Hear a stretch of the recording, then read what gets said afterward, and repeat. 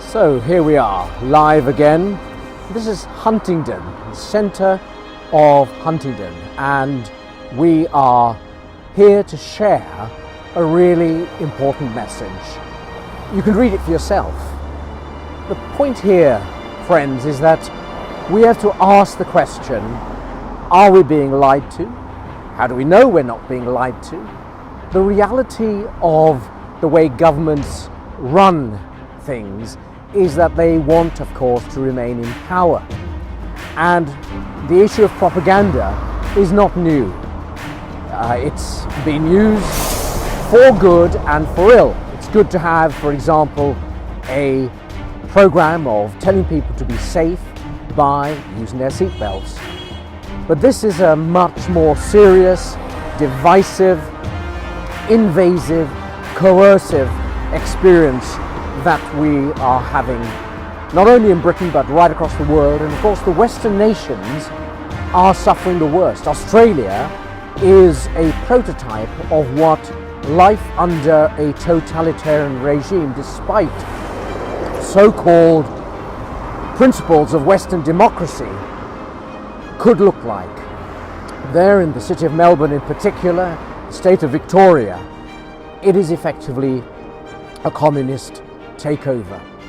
So the question we have to ask ourselves is, why have the Western nations used, under the pretext of a very real virus, we know it's there, we now know about its origins, why, given that its lethality rate is about 0.02%, in other words, the majority of people, they get it, will acquire natural immunity and recover, why has it been necessary to shut down, in this case, the British economy? What is going on?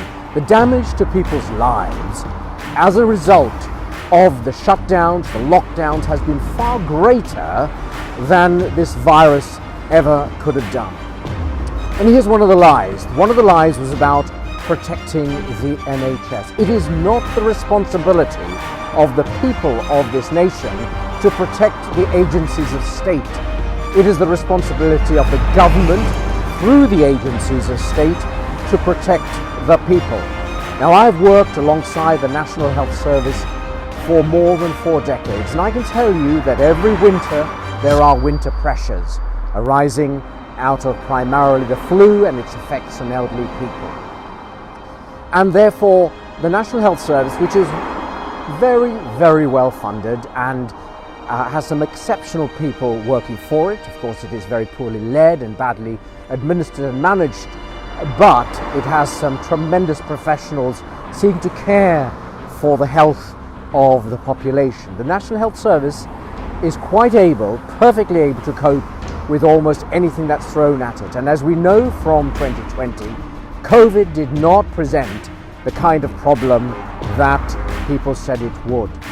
Now here's the other question.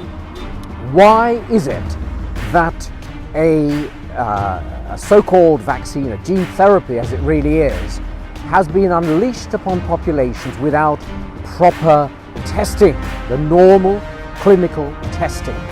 Why is it that governments have agreed to remove all potential legal liability from these companies? And why is it that a small number of extremely wealthy people have become even wealthier at the cost of the rest of the world's population? All of these are really serious questions that must be answered. But there's another one. Why is it that there is such a desperate desire to jab children?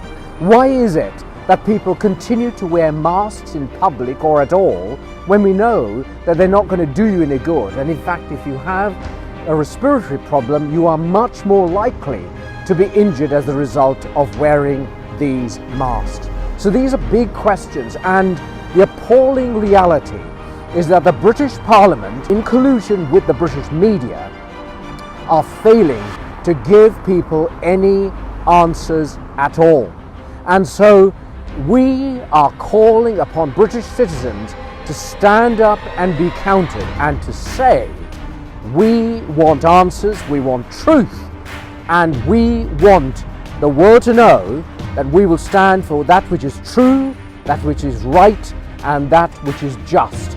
Truth and justice will win through.